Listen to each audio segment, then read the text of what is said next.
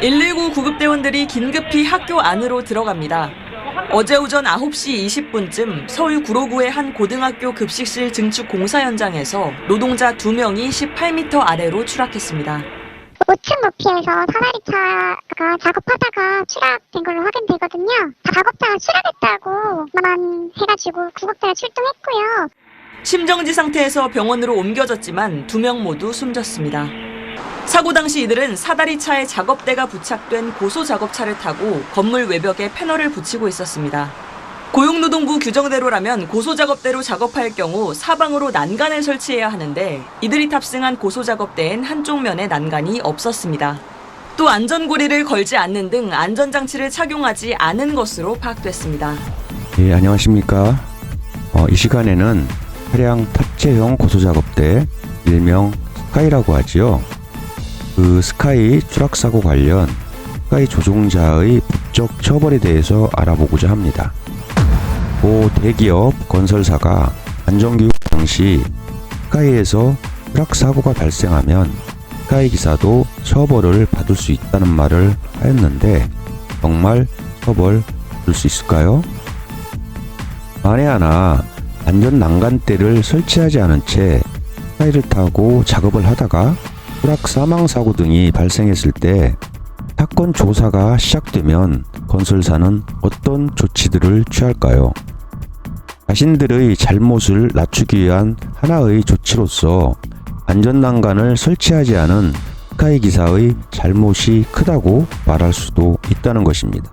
사고가 발생하면 사고 당사자인 스카이 조종자는 어떻게 해야 할지를 몰라 답답할 수밖에 없을 것 같은데요.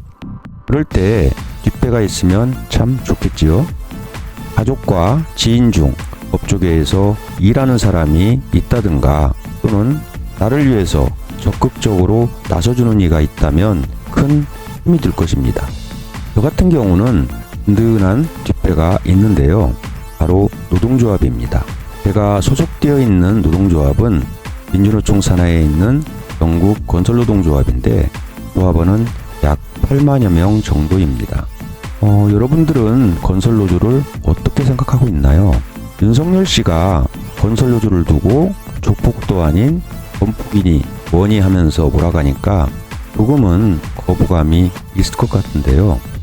네, 저도 건설노조에 가입하기 전에는 여러 종류의 거짓 선전들로 인해서 건설노조에 대한 거부감이 조금은 있었습니다.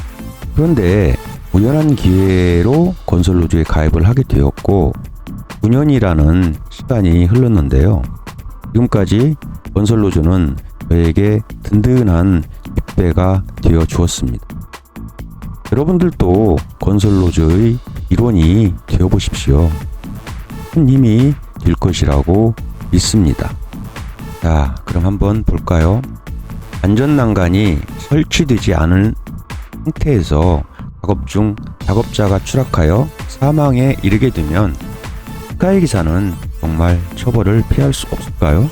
스카이 조종자 입장에서 보면 단지 작업자의 신호에 따라서 해당 작업 위치에 스카이를 대주었을 뿐이고 스카이가 움직인 것도 아닌데 도대체 무슨 죄가 있다고 처벌을 받을 수 있다고 하는 거지?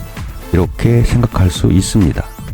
하지만 스카이 조종자가 어떻게 하느냐에 따라서 죄가 있고 없음이 결정됩니다. 만약 죄가 있다고 인정되면 사고 당사자인 스카이 조종자는 매우 어려운 상황에 처해질 수도 있다고 보는데요. 그 처벌이 결코 작지 않기 때문입니다. 산업안전보건법 제87조 1항은 이렇게 규정하고 있습니다. 누구든지입니다. 다음 각 호의 어느 하나에 해당하는 안전인증 대상 기계 등을 제조, 수입, 양도, 대여, 사용하거나 양도, 대여의 목적으로 진열할 수 없다. 2호에서 안전인증 기준에 맞지 아니하게 된 경우라고 되어 있습니다. 안전 난간대를 사면 모두 설치하는 것은 안전인증 기준의 하나입니다. 스카이 기사님들이 현장에 일하러 가는 것은 대여해주는 것입니다. 산업안전보건법 위반이 인정되면 3년 이하의 징역 또는 3천만 원 이하의 벌금형을 받게 됩니다.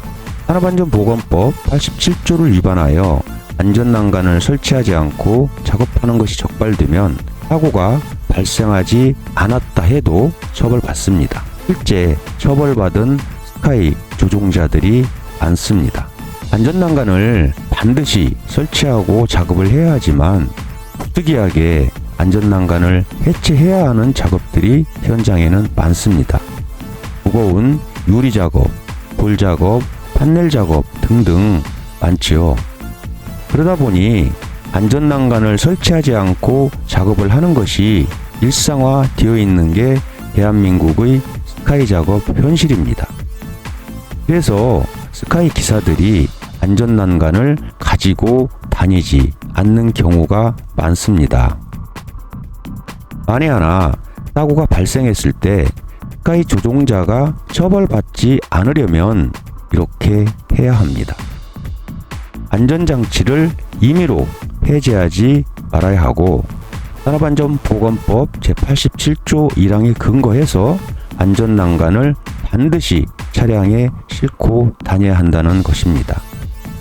싣고 내리는 것이 귀찮다고 안전난간대를 차고지에 처박아 둔 채 현장으로 가서 작업을 하게 되면 사고 발생 시 매우 어려운 상황에 직면할 수도 있다는 것을 새기면서 꼭 반드시 안전난간대를 차량에 실어 놓으시기를 바랍니다.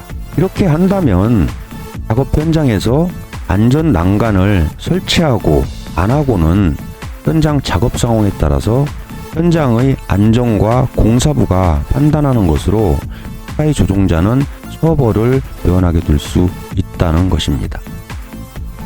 노동부 안전작업 지침에는 불가피하게 안전난간을 해체해야 하는 경우 하나, 전격 하중을 초과하지 않는다. 둘, 안전모 안전대를 착용한다. 셋, 스카이 조종자 외 작업 지휘자를 별도로 지정하여 주의 감독하에 작업해야 한다 라고 되어 있습니다. 스카이 기사가 안전난간대를 현장에 가지고 갔다면 사고의 책임은 전적으로 건설사에게 있다고 보아야 할 것입니다. 또는 스카이 탑승함에 아크릴판으로 사진과 같이 만들어서 앞뒤로 부착해 놓는다면 더 좋을 것 같습니다. 사실 스카이 작업에서 부득이한 경우는 없다고 봅니다. 그래서 무조건 사면 전체에 안전난간을 설치하고 작업을 하게 해야 합니다. 무거운 유리, 석재, 판넬 등등의 작업이라면 크레인을 이용해서 들어 올려놓고 스카이와 같이 작업하면 다 될 일입니다. 그런데도 부득이한 경우라는 지침을 만드는 것은 결국 장비 한 대로 빨리빨리 건물을 지어서 건설사의 공사비를 줄여주기 위해서라고 보고요.